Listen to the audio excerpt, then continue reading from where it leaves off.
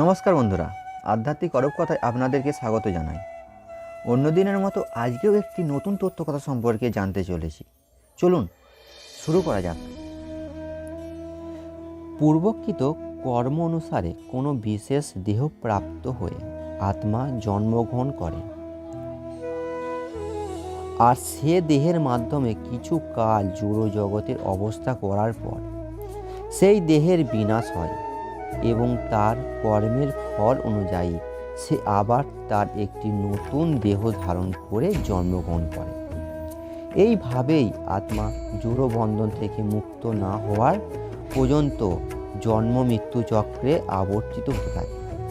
সে যাই হোক, এই জন্ম মৃত্যু চক্র অনর্থন, যুদ্ধ, হত্যা ও অহিংসাকে কোনো প্রকারেই অনুমোদন করে না, কিন্তু তবুও মানব সমাজের নিয়ম শৃঙ্খলা বজায় রাখার জন্য হিংসা, হত্যা ও যুদ্ধ অপরিহার্য হয়ে পড়ে এবং তা যখন সমাজের মঙ্গলের জন্য সাধিত হয় তখন তা সম্পূর্ণ ন্যায়সঙ্গত।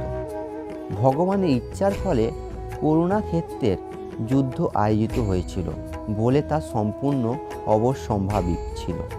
ন্যায়সঙ্গত কারণে যুদ্ধ করাটা ক্ষত্রিয়দের ধর্ম। যেহেতু তিনি সঠিকভাবে কর্তব্য কর্মের অনুষ্ঠান করেছিলেন, তাই তার আত্মীয় স্বজনদের বিয়োগের কেন তিনি ভীত অথবা শোকান্তিও হবেন। কর্তব্য কর্ম থেকে ভ্রষ্ট হয়ে পাপ হয় এবং অর্জুন যে স্বজন হত্যার পাপের ফলে ভীত হচ্ছিলেন, প্রকৃতপক্ষে সেই পাপ তার হতো যদি তিনি যুদ্ধের বিমুখ হয়ে রণক্ষেত্রের পরিত্যাগ করতেন। এই যুদ্ধ থেকে বিরত থাকলেও মৃত্যুর হাত থেকে তিনি তার তথাকথিত আত্মীয় স্বজনদের রক্ষা করতে পারতেন না।